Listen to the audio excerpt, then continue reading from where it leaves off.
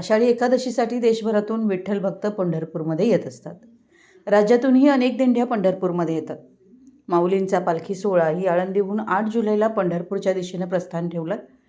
मात्र आता जगातील पहिल्या ग्लोबल दिंडीनं पंढरपूरच्या दिशेनं प्रस्थान ठेवलं आहे.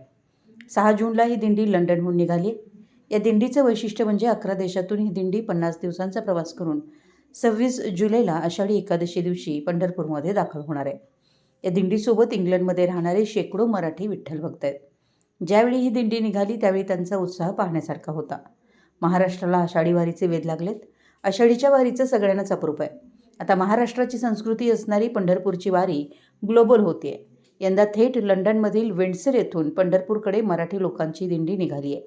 ही दिंडी London, Netherland, Belgium, France, Luxembourg, Germany, Poland, झेक रिपब्लिक, हंगेरी, तुर्की, जॉर्जिया अशा देशांचा प्रवास करणार आहे. त्यानंतर ती भारतात दाखल होणार आहे. विठू नामाचं गजर करत ही दिंडी युरोपातून आता भारताकडे निघाली आहे. युरोपातील वेगवेगळ्या देशात ती मुक्काम करणार आहे. जवळपास 50 दिवसांचा हा प्रवास असणार आहे. त्यानंतर परदेशात राहणाऱ्या मराठी लोकांची ही दिंडी भारतात येणार आहे. 6 जुलैला या दिंडीचे लंडन येथून प्रस्थान झालं आहे. पंढरपूरमध्ये 25 जुलैला पहिली ग्लोबल वारी जाऊन पोहोचेल.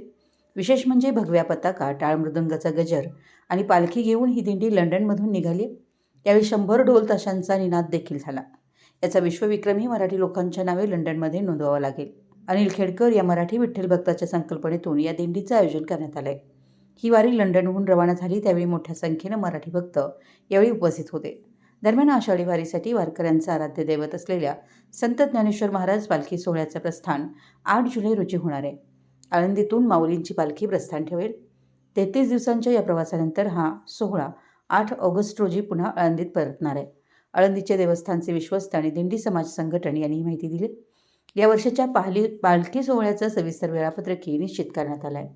पुणे प्रतिनिधी, मराठी एस न्यूज.